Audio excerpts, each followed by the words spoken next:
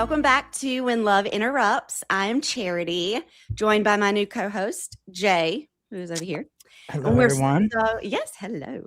We are so excited to have Addie Zierman. I always want to say Zimmerman, and I know that's not right.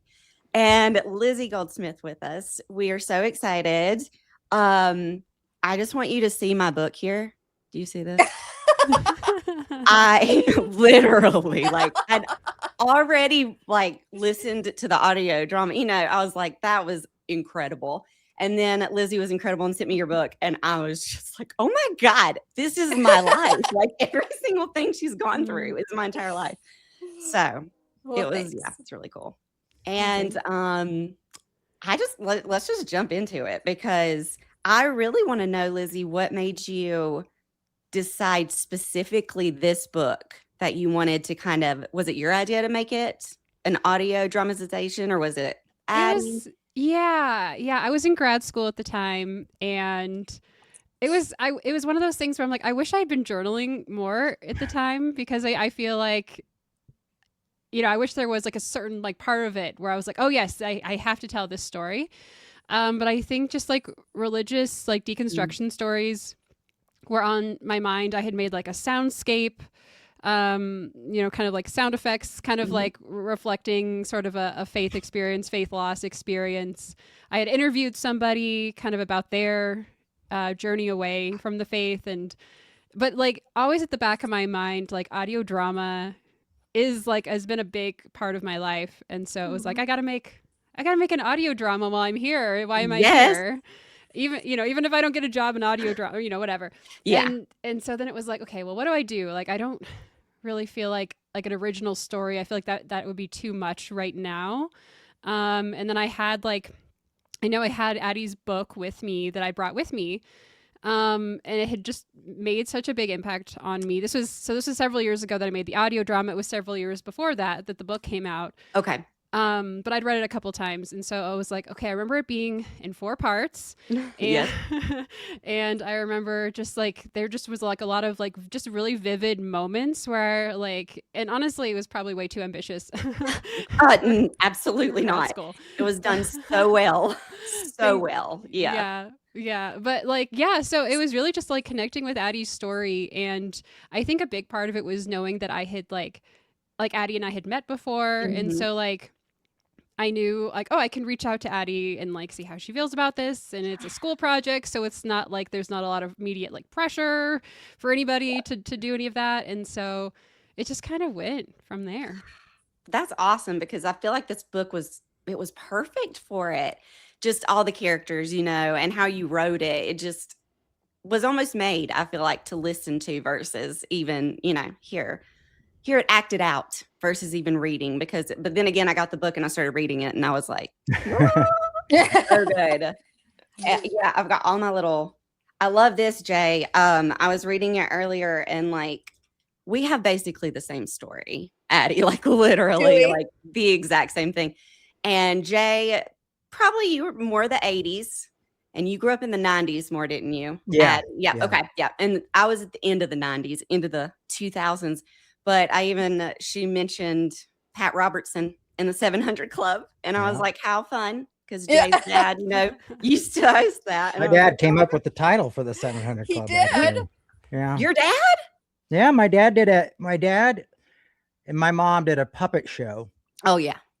And they hired my parents to do the puppet show. And my dad said, well, I'll do it, but with one deal, is that you'll give me a talk show, like a late night talk show. Yeah. And so my dad had just came up with a name, and he's like, well, what can I call it? The 700 Club, blah, blah. Yeah. And what happened is it became very popular, and Pat started to guest host a lot more and more. I'm sure. My parents got laid off.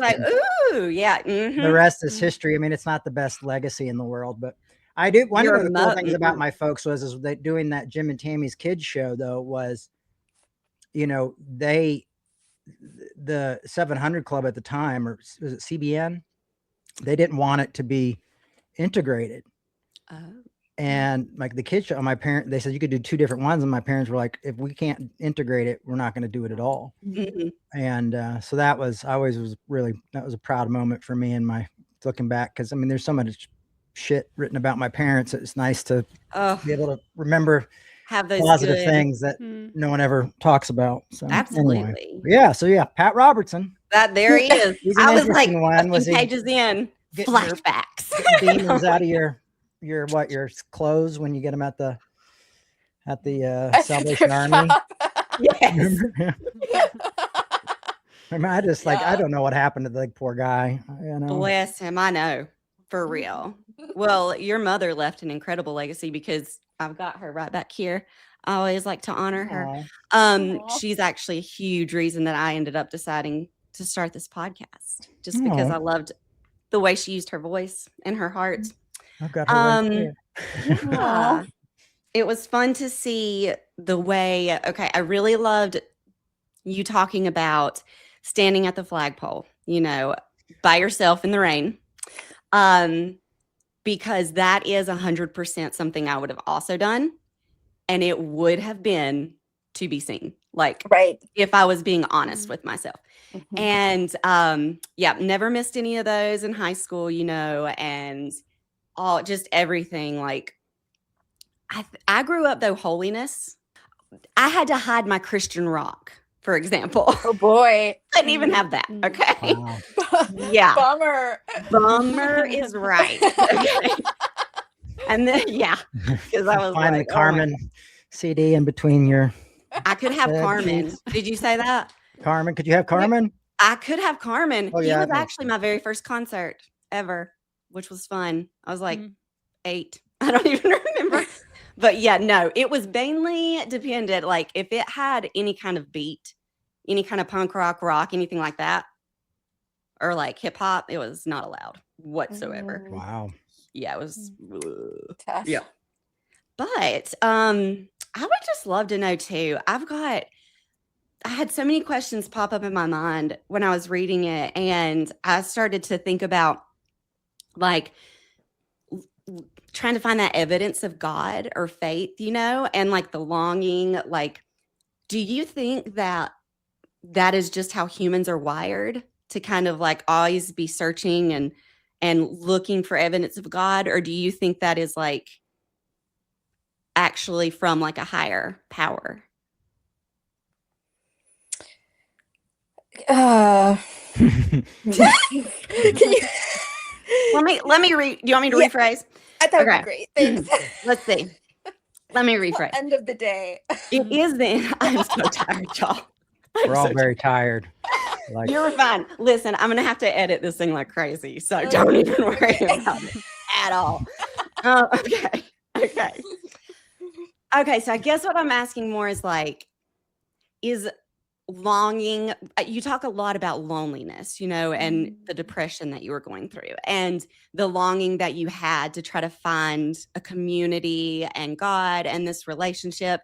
Do you feel like that was natural, or do you feel like that's just how humans are made up? Are we just, you know, always looking for connection somewhere? I mean, I think it was definitely true for me. I mean, I hate to make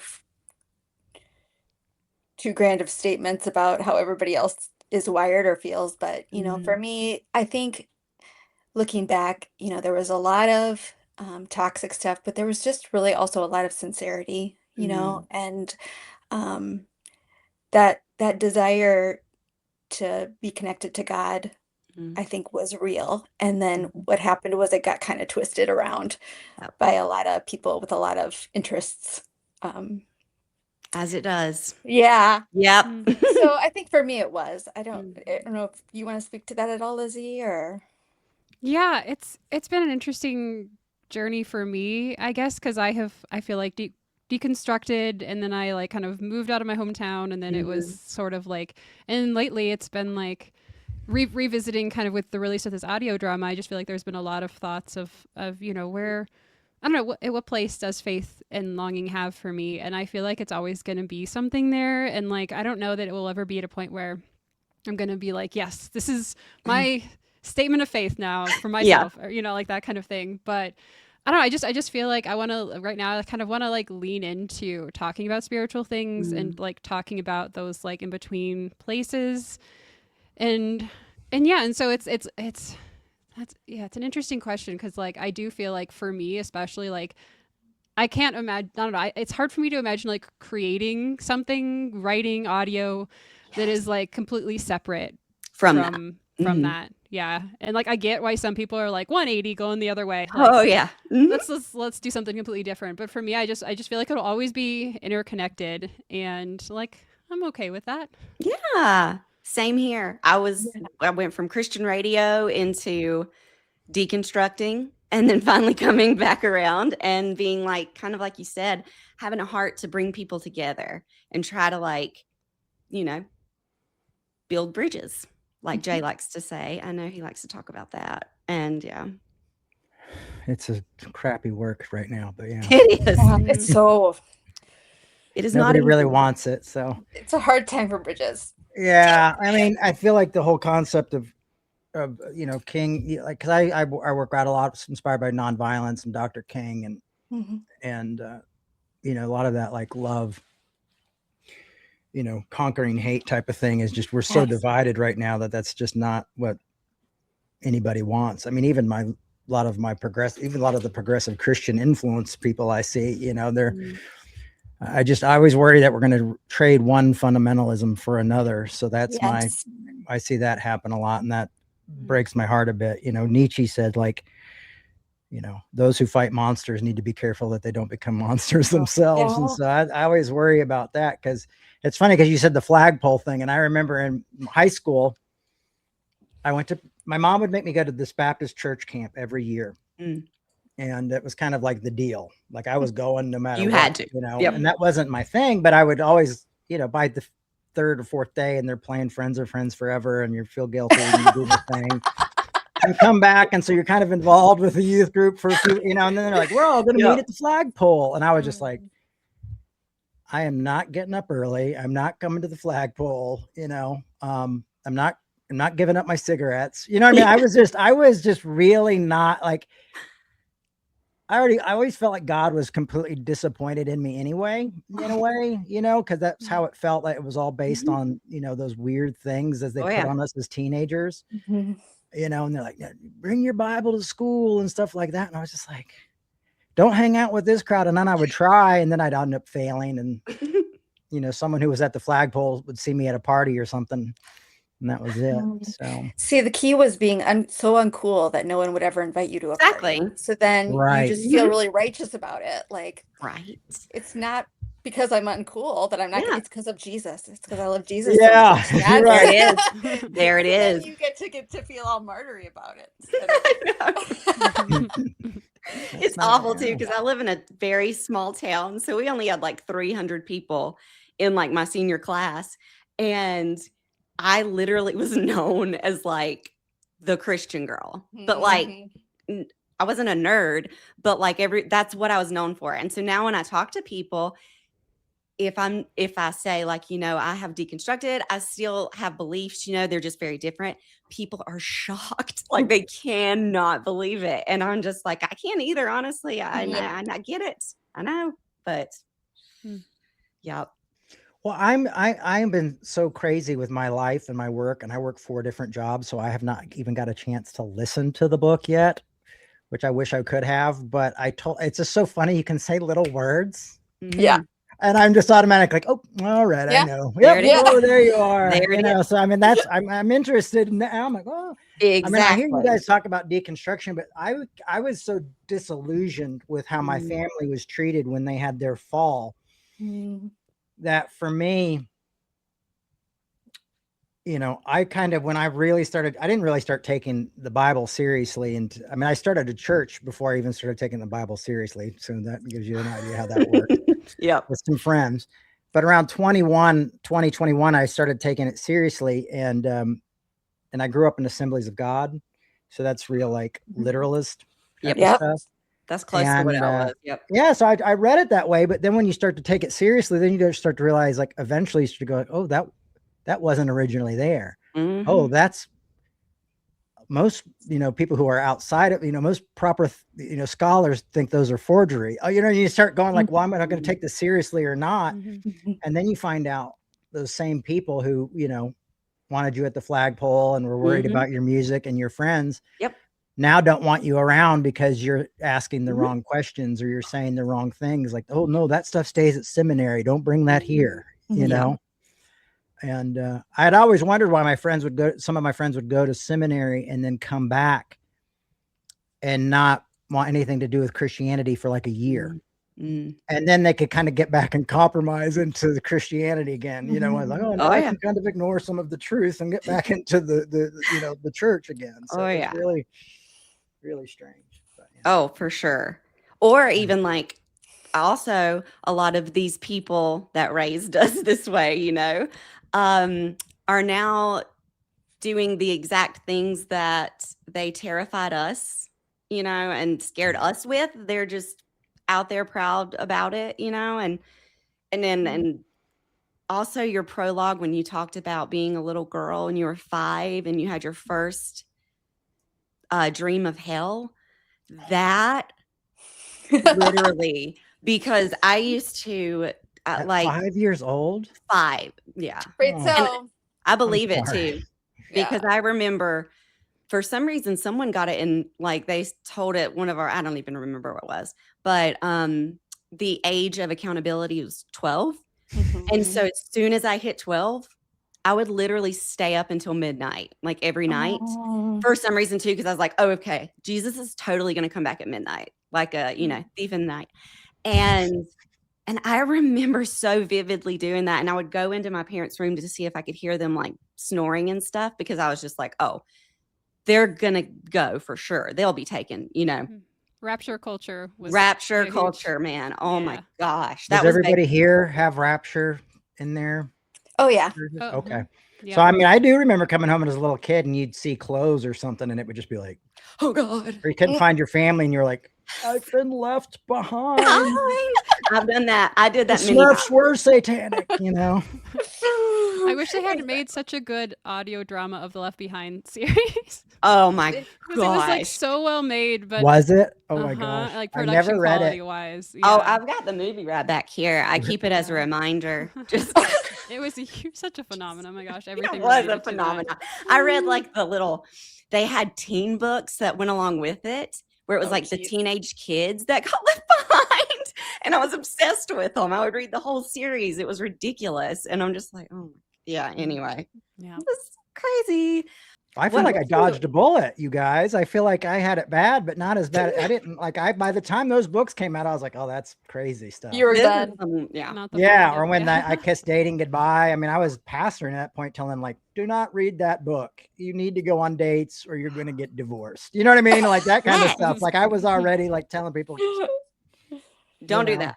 Don't do that. Yeah. Yeah. I'm sure all of us have read that book. All 3 of the ladies here. I sure did. Yeah. Yeah. Yeah. Yeah. You talked about that in your book, didn't you? I did. I Kissed Dating Goodbye broken up with. So that's right. Yes, I did. Yeah. Yeah. Did he break up with you because God told him to? He had to kiss dating goodbye. He did. He did have to kiss dating goodbye. So you dodged. There's another bullet, dog. Yeah, no. it's true. It's true. It is funny because the whole time I was reading it, that one boyfriend, I was just like, oh gosh, I feel it so deeply. Like, you know. Yeah. Ridiculous. Yeah, I didn't have any dating experiences in high school or college, but I remember that book being there. And I remember at the time, and I might be remembering this wrong, but there was like another like book that came out that was called I Gave Dating a Chance. And it was clearly this like alternate trying to capitalize on being like not seeming as extreme or something. And I remember being like, oh, hopefully my family will go for this instead of if like dating comes on the horizon. Oh yeah. Oh yeah. Choosing a book by its cover. I'll go with the dating. I'm gonna go with the dating. Exactly. Yeah, it is funny because majority of my friends that did get married really young, you know, after living that or whatever, like probably 75% are divorced, you know, and now they are like happily remarried. You know, they actually found the right person. Wasn't just, you know, this will be good for right now. You know, it's crazy. Yeah, I was really curious too, Lizzie. The first time you read this book, what was it about it that just stuck with you? I mean, there were so many things. So I had done a YWAM Youth with a Mission Mhm. year or half year in China. Well, half of it was in China, but like, and that was what kickstarted my deconstruction. Was kind of being in this like really hyper focused evangelism, not really feeling this organic kind of Mhm. thing, and it really made me question things. So like I that was 2012. So I came back, and there was definitely like a year or two of like, gosh, like, you know, existential crisis kind of on rotation, like in my life, because I was all these things were happening. And then I read, you know, Addie's book, and there was just a lot of things. I mean, there are a lot of things like, you know, like Awanas, you know, like I went to Awanas as a kid, like some of those like early childhood. I was like, yep, Oh, yep, yeah. that was my childhood. But I think farther into it, I was like, oh, like Addie has a China connection too. Like that's Mhm. a very different China connection, different experience. But like, Mhm. that was like present to me, and just, and like, you know, I had gone through a lot of depression. I don't think I'd like recognized it as Yeah. such at the time. I think I was kind of just getting to a point where I was like acknowledging it, like calling it that. Um, I remember I also like had my first boyfriend at the time, and like his name was Andrew. Oh my Like, God. it's just a didn't little know small that. thing. Yeah. That's Addie's husband, by the way. That's, yeah. Oh Yes, wow. Andrew. So Yeah. that's really funny. Yeah. Oh But my yeah, gosh. it was, and you know, and I feel like there have been things since then on like multiple like subsequent reads where I'm like, oh, I connect more like to this now.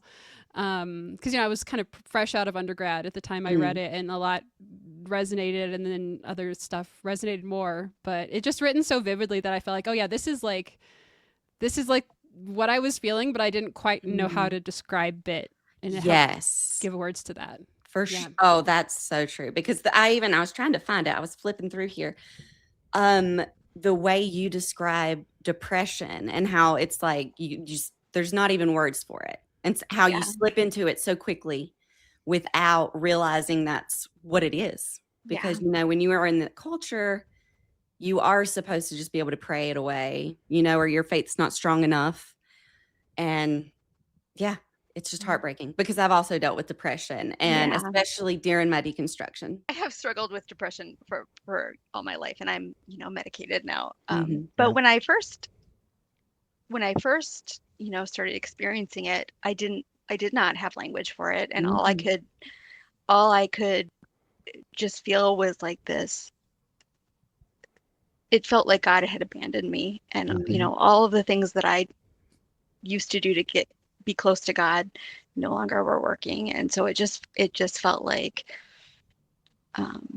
it felt so lonely. Mhm. I felt so isolated. I felt so like such a failure, and it didn't, you know, I didn't have language that, you know, this is like a medical Right. You just thing kind of that had is, stuff. You had language to yeah, beat you up, but not Yeah, language right, to but know what was not wrong. right, help. Mm. right. Exactly. Ugh. So it took a long time to like, and I, you know, I still remember being in a doctor's office and him like drawing on a piece of paper, like these are neurons, these are synapses. This is Oh like yeah. what is happening in your brain, and it's not, you know, it's Mm. not, it's not like you're failing. It's like No, there's Mm. like some medicine that can help like you. And chemical. so, Yeah. yeah, You didn't it's rip it up totally and turn it chemical. into a ticket to heaven. Right. Yeah. Um, Yeah. So, but it, yeah. you know, Yeah. it was very tough. Did you go to therapy while you were at home with your folks, or were your folks part of the issue? Or So my depression, I got, I, so just I'll give you the crash course in my book. yeah, please do. I'm gonna definitely listen to it now. Now I'm like, oh, Yeah. I Oh, gotta Jay, listen to it. you will love Yeah. it. Yeah. No, I grew up, in, you know, in the evangelical church. I got real involved with this guy who was really involved with teen mania. Yeah. Mm. So I ended up on a mission trip with them, and kind of in this off and on relationship with him where God kept telling him he had to break up with me, and then God would tell him we could get back together, and then you know, God was going back and Mhm. forth, and so were we. And so that went on for most of my high school years, and then I went to a Christian college, met my husband, and then we ended up going to China, like Mm. Lizzie mentioned, and teaching English. And it wasn't like we weren't missionaries, but it sort of felt like we were missionaries, kind of, Yeah. you know. And For sure. we ended up being on a trip with a bunch of people from IBLP. We didn't even know what that was, but like, I mean, I didn't yeah. either until a couple years ago, to be honest. I didn't either. Like when I was watching the first season of Shiny Happy People, I was like, oh, Yeah. that's those guys.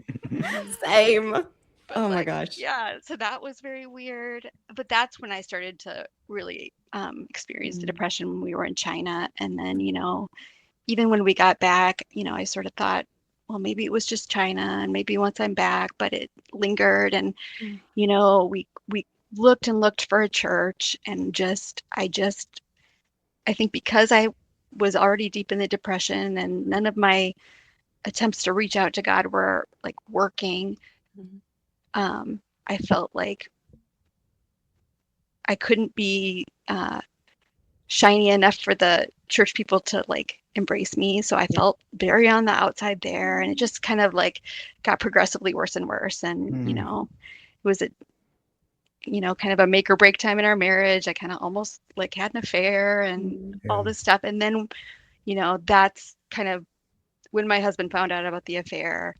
That's when we started going to therapy. That's when I went and saw the doctor. That's when I learned about synapses and neurons and all the things, and serotonin and like all the things that weren't working. And and that's when I started to like work through, you know, some of that stuff. And that's a long time to do to kind of just, I think so many people especially in the evangelical world, really, you know, because we're told that it's, you know, well, it's, you know, either God has abandoned you, or like you're not, your faith isn't strong enough, or, you know, you got the wrong things in your life. And I read, one of my best friends is this philosopher named Peter Rollins, and Pete, in one of his books, and I hate to give him credit because he's my best friend, so I shouldn't give him credit for his books changing my life, but he talks about the symbolism, and it also comes from like a guy named Slavoj Žižek, but Jesus abandoned on the cross when my father, why have you forsaken me? Now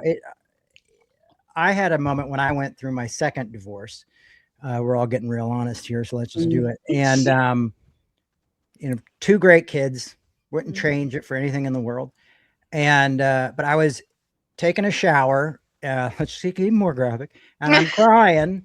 And I like, God isn't anywhere. And I remember when Pete was talking about in that moment of Christ being forsaken, and it hit me in that moment that I knew I suffered from depression. Like I'd had electric shock therapy. I've been to so many therapies that I could probably name, you know, like 10 different therapies I've done. Psychoanalysis was probably my favorite, helped the most. But I also realized like that is a part of like, oh, I'm with Christ now. Like I'm not necessarily abandoned. I'm not abandoned. Maybe I am abandoned by God, or I feel that moment, but I feel like I'm also within Christ right now somehow. And so there was something real, you know, and I know that most people would say, oh, that's heresy, Jay. It's not. No, heresy. It's really one of those moments where you're going like, I am experiencing that as well. And, you know, we didn't hear things like that. Nope. You know, we didn't even, I mean, grace to me was like a song. It was like, here's your ticket to get in, and it's free. And you're like, you get in, you're like, now it's going to cost you everything you've ever made. You know, and you're like, what? This doesn't make any sense. You know, it's like someone giving you a car, and you're like, here's your car, and you're going to get a monthly bill, and you're going to need to get insurance, and you're like, I'm buying a car from you. So it's the bait and switch that's so devastating, and what that can do to you. And and I just got diagnosed literally like 3 months ago with ADHD. You know, I have dyslexia, I have ADHD, I have something, I've been diagnosed with something called double depression, which means I'm chemically depressed. I know. It's the same thing Pete did. Pete was like, Jay's got to one up us. He's like, I'm going to one up everybody. Make sure it was real. Like I thought my therapist had I was like, I've just outwitted my therapist, and he's just given up, and he has given me some fake name. Making stuff up now. Like this is, you know, and he looks kind of like Freud though. So I was like, oh, I might just, and I looked at, and it's a real thing. And what it means is that I'm melancholy type of person already. and then I have chemical depression. Mhm. And I only know one other person who's had that diagnosis. And this guy lives in Ireland. And it's not Pete, but it's another guy who lives in Ireland. Oh, wow. I mean, I have never heard it. I was kind of hoping they, one day they'll be like, you have a really rare type of depression, and I'm like, well, what is it? What do you want to call it? So I can, I'll be the first one with it. But name it. Right. Yeah. But that's, it's so look at how we're all from different places, different generations. I have heard this much. I promise you, I'm going to listen to your book now because I'm so intrigued. But I've heard this much of your story, and all four of us, and here, I'm a 50-year-old man. We're all the common ground we have is the pain that we were caused to us by the church. Yet I'm assuming all four of us still think there's some sort of relevance to this Jesus guy. Absolutely. Even though we were abused by those people. And how hard it is. I'm in Seattle, where a lot of people who went to Mark Driscoll's church were just so disappointed and disillusioned with that guy. And so many people just gave up completely, it's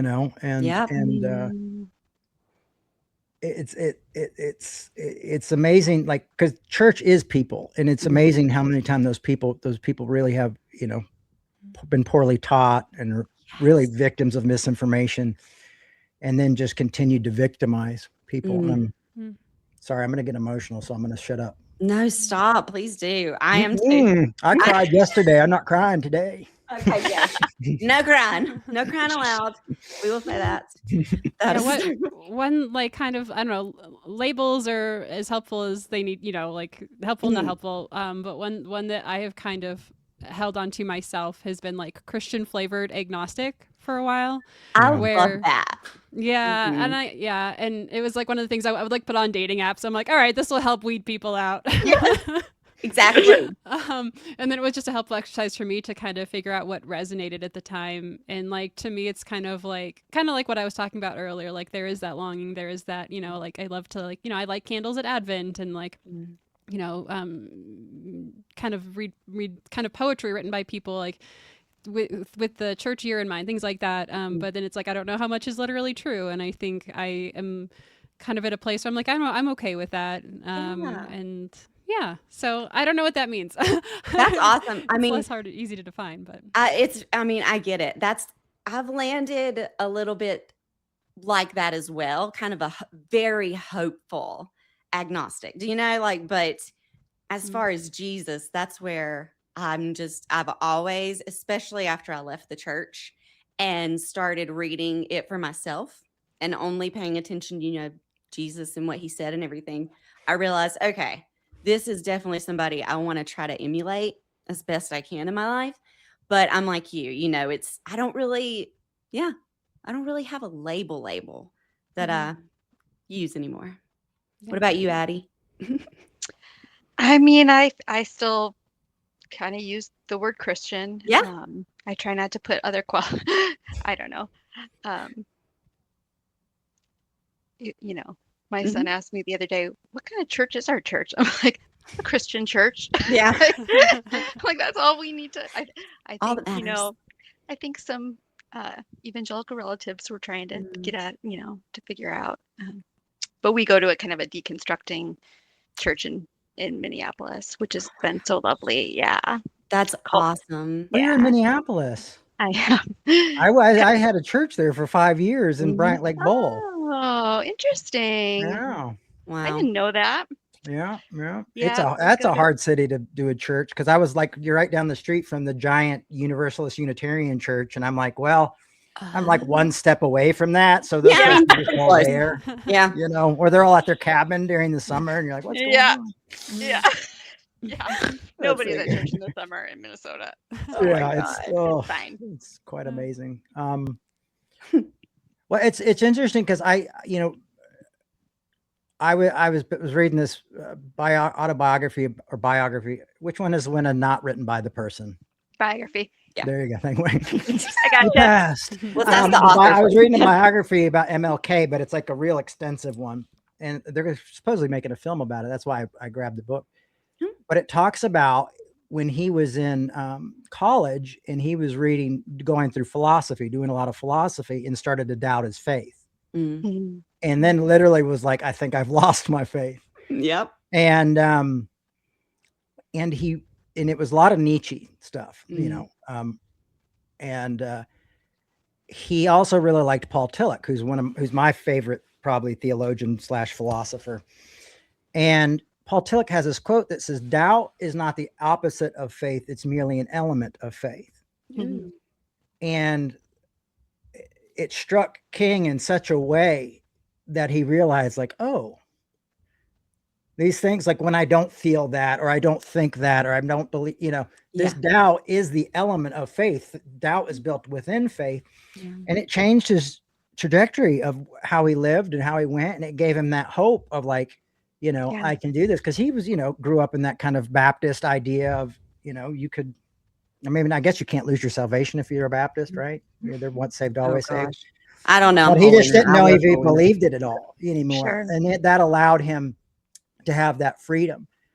And I think that's really valuable. Like I call like you said, you know, you call yourself Christian, you're agnostic. I like agnostic Christian. I think that's a good one because none of us actually know here. Yeah.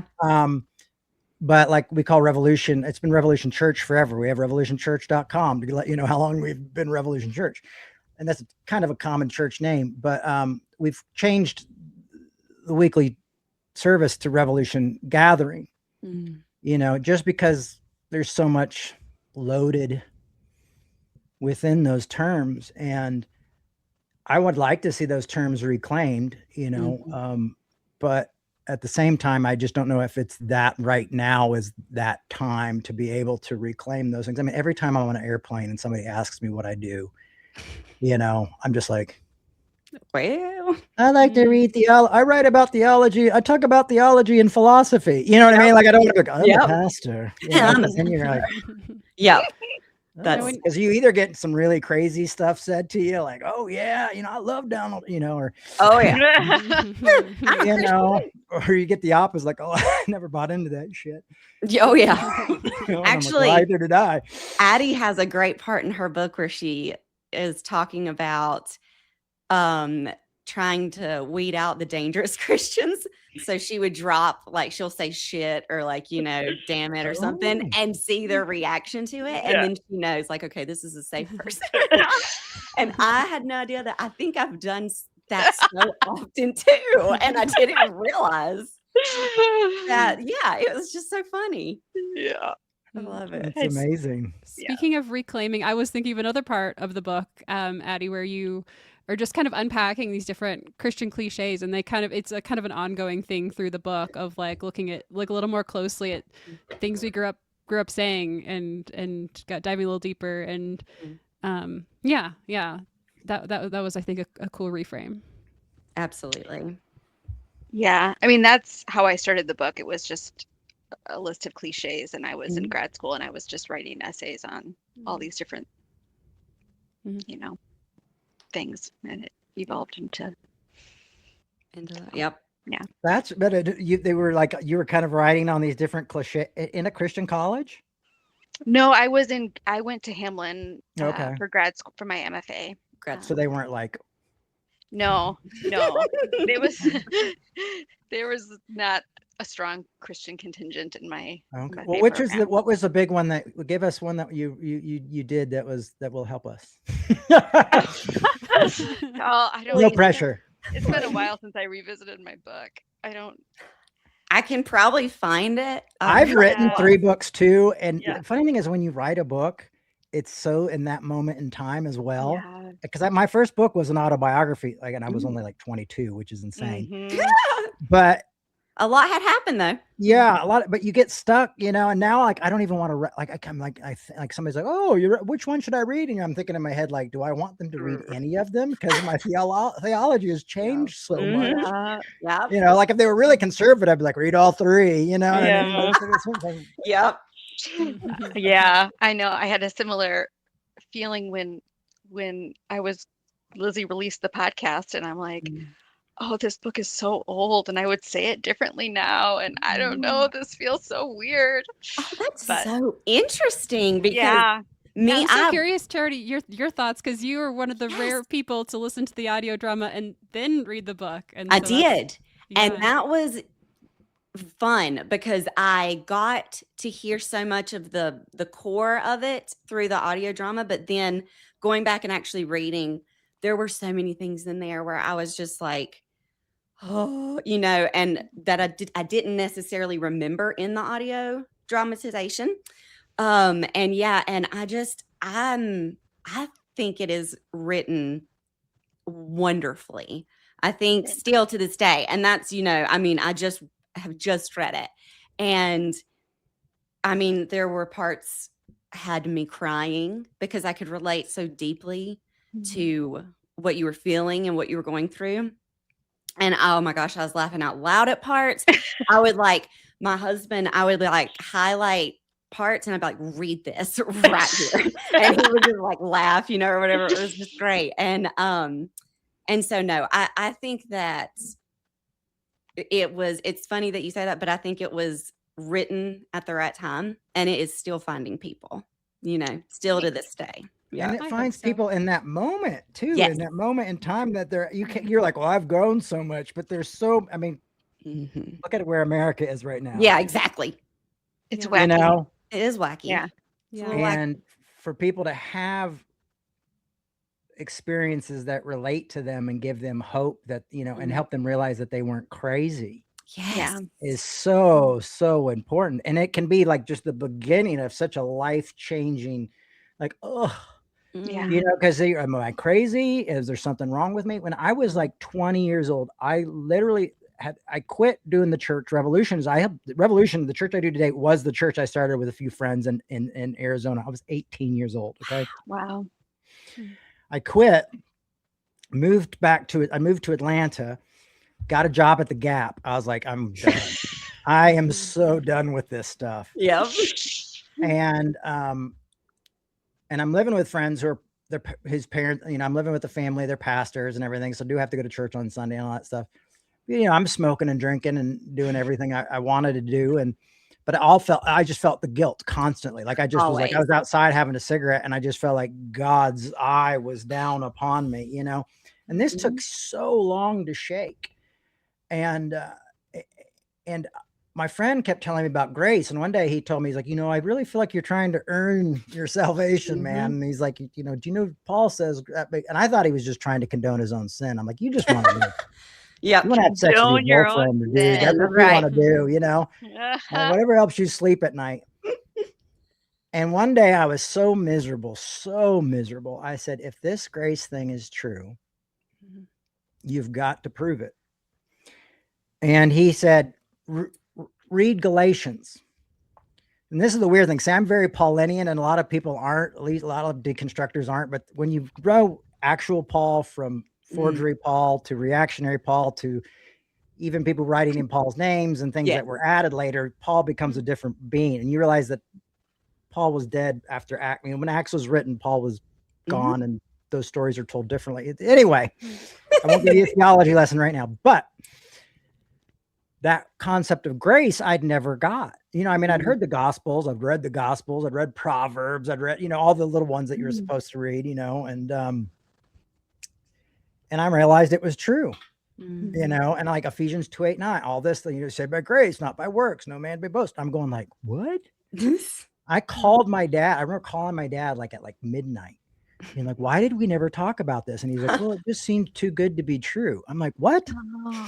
Like you guys talked about how this is literally handed down from God, but yet this part seemed too good to be true. And you were one of the biggest televangelists in the world at one time. Yeah.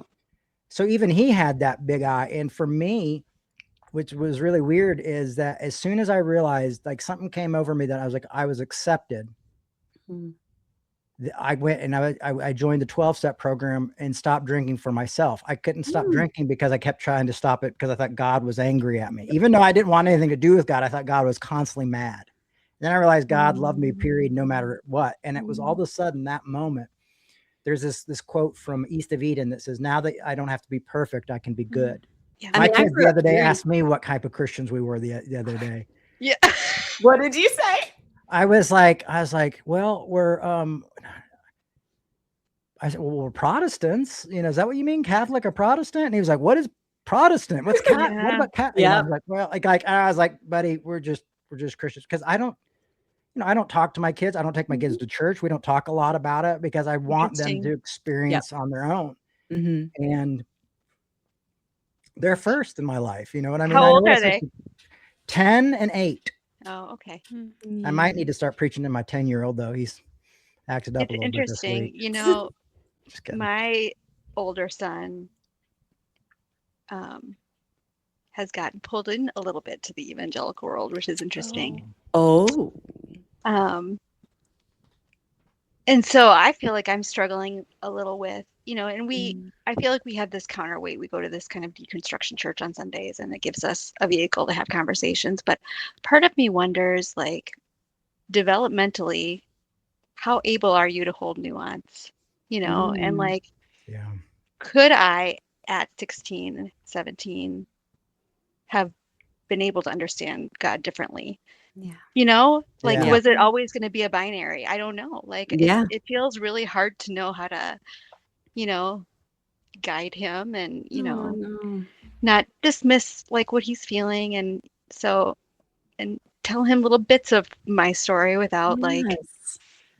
but so it's been an interesting little journey, but, you know, I'm sure it has. My mom's told me for a while that probably my child will grow up yeah, to be like extremely conservative. just, I mean, yeah. And I was like, yeah, probably. So it's interesting. Like, yeah, that was kind of my goal too. Just like let them figure it out. But then, you know, those mega churches are sure attractive to those kids, and you know, They they've got that good music, and they've got those cool kids, and Yep. you know, they do get you at a time when you feel like you want to understand the world, you want to have control, you want to have purpose, you want to Yep. have like everything feels really dramatic, and so to have a faith that also feels like really dramatic, you know, it's just it's interesting. So I find myself kind of being in this space of like, okay, I'm gonna just trust you with my kids and like hope that, I mean, you got me through it, and I think the scary thing for me, the scariest thing is to, you know, I could guarantee that he would come out on the other side. But then you see so many adults kind of living in that place, you know, in this political landscape, you know, where they're not going towards the grace, they're going the other direction. And how do I? So it's interesting. I was the church baby, kind of like you, Addie. You know, I was born straight into that Pentecostal lifestyle.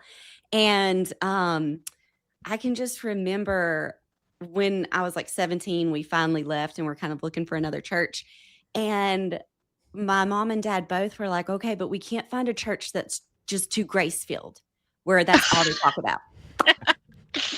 And I was over here like, okay, I don't think this is going to help my issues whatsoever. No.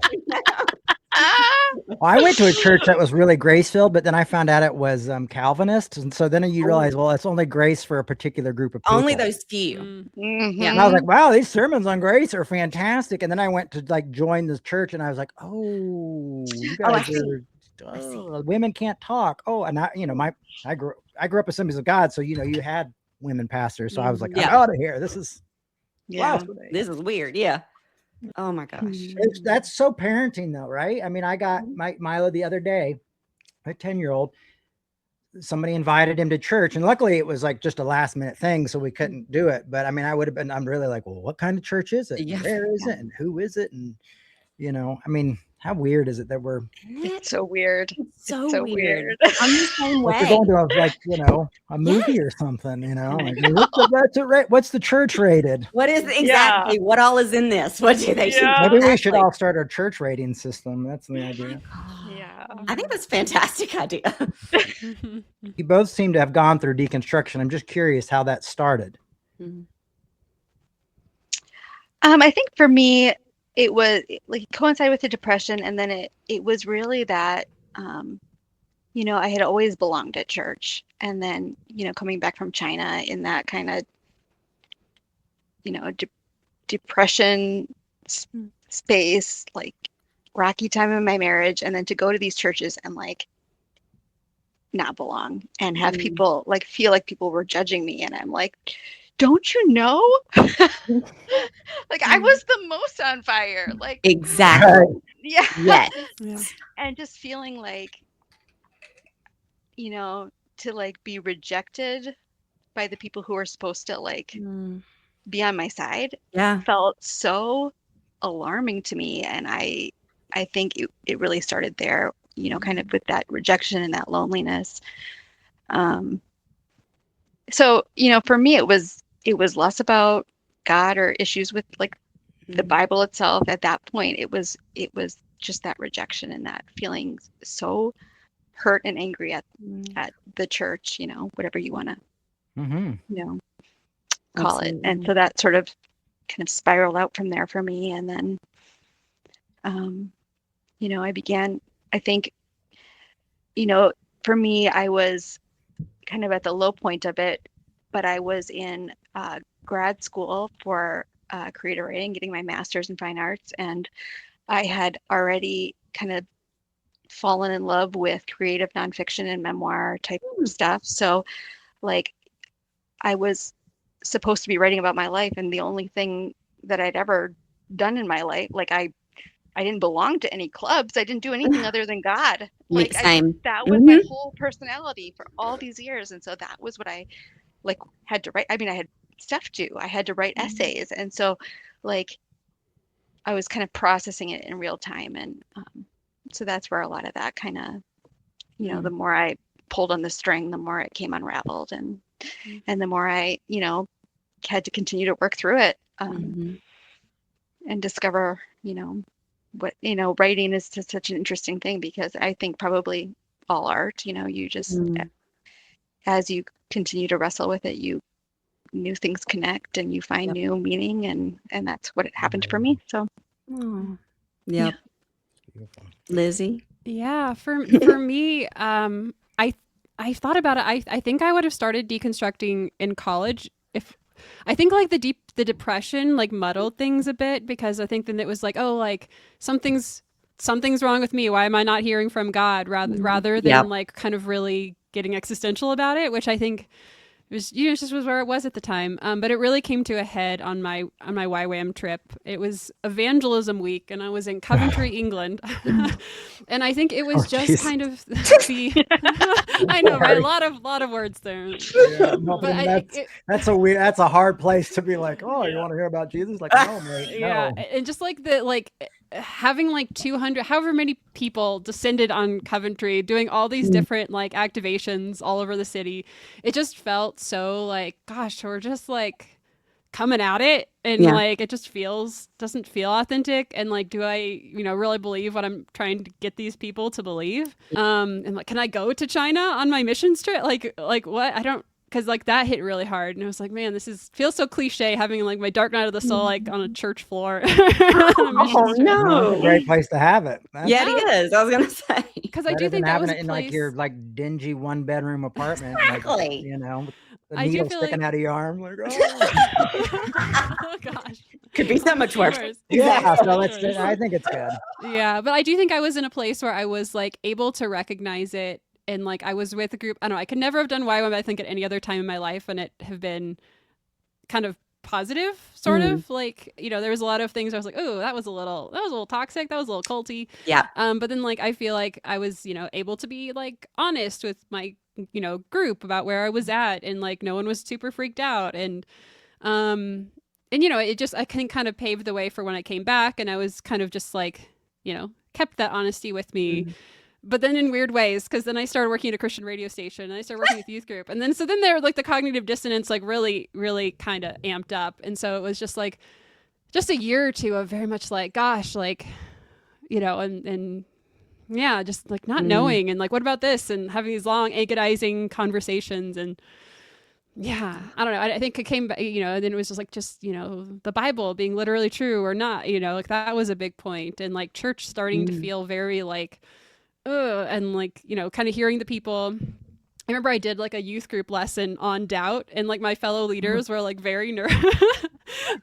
We all got along, but I could tell they like wanted to just like have everybody say their questions and let's answer them all. And I'm like, no, let's just like, it's okay. Yeah. That's counterproductive. I felt like I still am like thinking Right. about that sometimes. Like, I'm glad I did that. I'm glad I like at least hopefully maybe told someone it's okay.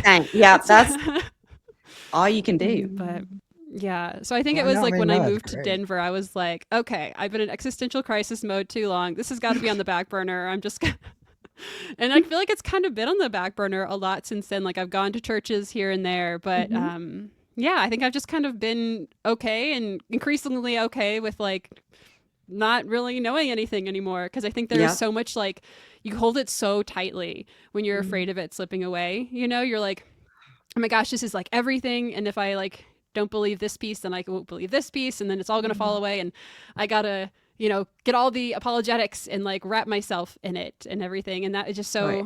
stressful and exhausting. And so after a while it's just like, I can't do that. I just gotta like kind of let go and see what comes back, what sticks. And thankfully I have parents who have been, and a sister who have been like very like, they're still Christian, my parents are, but like kind of they've evolved quite a bit as I've evolved, which I know is not the case for everybody's parents at this in the year of our Lord 2026. I just like, I don't know, everything we're talking about right now, I have and talked about with them, and kind of gone real and gotten real. And so I appreciate that, and you need a community somehow.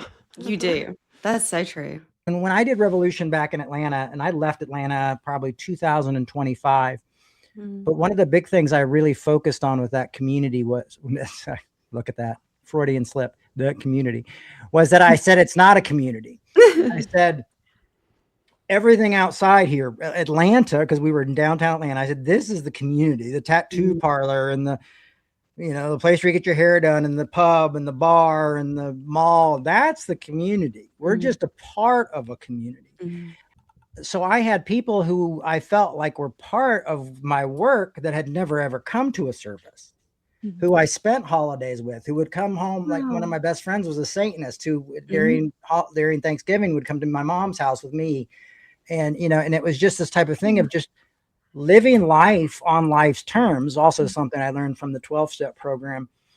But all of a sudden and here I am, for lack of a better term, a pastor or a speaker or whatever you want to call me. I am a theologian. I do biblical scholarship and that kind of stuff, but I just live my life. I work all these odd jobs so I can do this.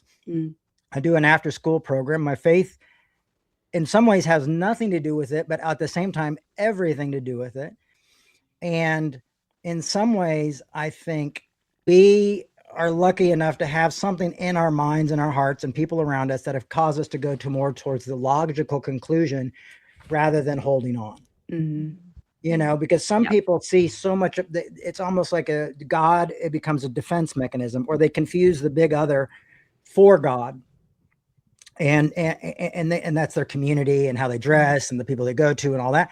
And so they get, they can't give it up. And folks like us have been lucky enough. And that's why I'm so glad you wrote a book. And I'm so glad you made a freaking basically audio play out of this book. So people, incredible. But these ideas is that this should be the logical conclusion. You know what I mean? Yeah. And that's why we got to share this with people and let them know, like, I'm not worried about going to hell. I'm not worried about these things anymore. I mean, that might come up every now and then because it was so programmed in me as a child, but I'm learning to live life. And what I like about Paul Tillich is he calls God the ground of being. And he says the sacred and the secular are not separate realms. They're interconnected.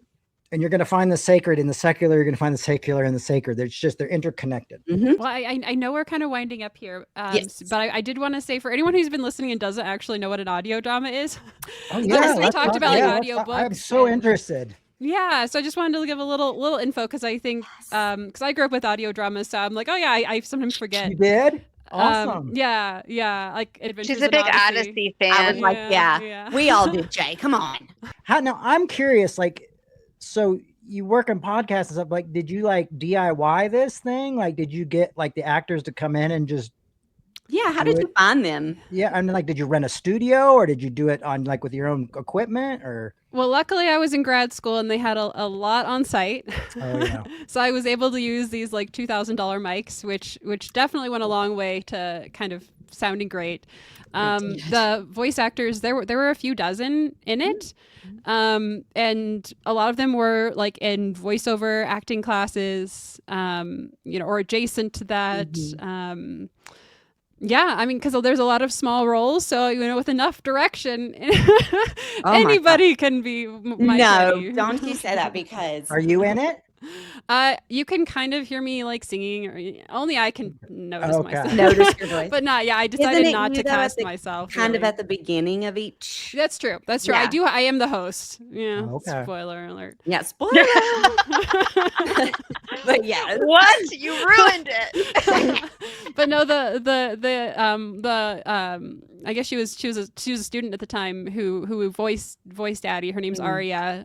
She's gone on to do more voice work, but she did just such a fantastic job. And She was fantastic. yeah, and Yes. it's because it's a memoir adaptation. Obviously, she's in like all the scenes, and so that was a big commitment for her. And so it was great to come through on the other side, like being friends and not being like, like you just Yeah. never know, and it's a You long don't. project. Mm-mm. Oh, But- that's like Because you they wrote were a all- screenplay. They were all volunteer students, just Oh, volunteering wow, their that's time. amazing. Mhm. Yeah. Yeah, Wow. yeah. We had a listening party back in Syracuse, New York, back in the pre-COVID days, Fun. and yeah, it was Yep. it was definitely a whirlwind of an experience. But That is awesome. I have a yeah. question for you really quick, Lizzie, before we jump off of here. Since you said you worked in Christian radio, also, I worked in Christian radio. I was just really curious if that was a little bit of a launching point for you also into your deconstruction.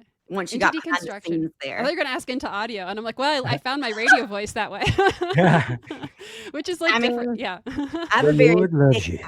it was definitely part of the deconstruction. I definitely found myself. So it was like a very conservative. It wasn't one of the like, I don't know. I don't want to say chain Christian radio stations, but it wasn't one of those that have in every city. It was a very Yes. local one that. That's how mine was. Yeah. Yeah. And it was just very. I think it just that kind of definitely was one of the biggest moments of cognitive dissonance, because like I had to wear a dress, and like there were certain programs that came on the radio where I was like, can't listen to that when they start talking about like, oh yes, our God-given Second Amendment rights, and I'm like, but I mean, it's where I found Adventures in Odyssey, so I had a soft spot for it. But yeah, there were times where I would like kind of sneak more progressive like readings into, because I had a night music program. Like I Cool. wouldn't like fully identify. I wouldn't like say, oh yeah, this is by, and give the full last name, where someone could like, oh, this is, because and then they never complained about any of it. And I'm like, see, it's not that actually controversial. You don't know who's saying it. It's Isn't that crazy? fantastic. It is crazy. I know. Oh, It just Lord. blows How my are we mind. Like, all alive, and why are we even still in it anymore? I know. It's ridiculous. We are trying to help. That's what this is about. Trying to show people you can come out on it the other side a lot better off. It's And like a the lot mustard healthier seed kind mentally. of right now, it really Mhm. does feel like that. And Yeah. well, I'm happy to hear this, because it's so nice to hear from folks who are navigating faith or this whole thing and doing it in a way that doesn't seem deconstructive. It's just constructive. I mean, it really does seem like it's constructive. Be like, Yeah. These are tools. We're creating tools and creating things for people to be free, or just to realize that it's okay to be a human being, and that is and these are human thoughts, and they're not, because that's what I think we all have in common. And we all felt like, oh, am I just going through the motions? Oh my God, am I feel this way? Is God hating? Is God knows? Or is everybody faking? Mm. Everybody's faking. And I just appreciate y'all so much coming on here and talking about this. This has been so much fun. I would love for you guys to throw out your social media handles. And Addie, I know you have how many books do you have? Oh, Yeah, I just have the 2 books. I do I have a Substack Okay. that I haven't been super consistent with, but I'm trying to work my way back into my writing practice and stuff. So, Well, you're very talented, so I hope you do. thank 'Cause you. yeah, very. Yeah. But you Mhm. can, if you just Google my name, it'll take you to my website, and all the links are there to all my stuff. So, Perfect. And Lizzie? Yes, all my socials are Lizzie Goldsmith, Lizzie. So I got in when they were early. So Man, you did. I was about to say, how did you get that? I know. And then the podcast. There's also more information on the book there that links to my website, links to Addie's website as well. Wonderful. Is When We Were on Fire podcast. Okay, great. Guys, thanks for putting up with me, by the way, on my first time, and that we've changed how I was going to do this. And then I wasn't going to be on this first one. And then I was able to do it. And so I'm sorry that I did not read your book and then I have not listened to the drama yet. And I promise I will. okay. So thanks for having me. And Yes. just a weird thing is I just relate to all three of you so much that it's like, I want to say how grateful I am because it really does. Sorry, it really does. I said I wasn't going to cry and I'm not going to. No, you're good. It does really feel like a lonely place out there sometimes. And I have, some of this is very distant from me, but you still go like, you feel like sometimes people project things onto you that make you feel like, well, maybe I was overreacting, or maybe I was angry, or maybe I saw it wrong, or maybe I saw it differently, or that it wasn't that way. And then just to hear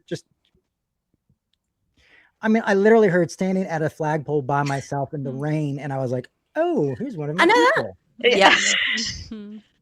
I love it. Well, thank you guys so much. It was wonderful to meet you guys and have this chat. too. And you are welcome back anytime. We'd love to talk.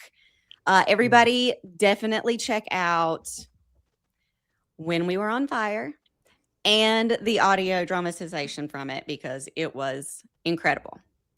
And we'll see you guys next time.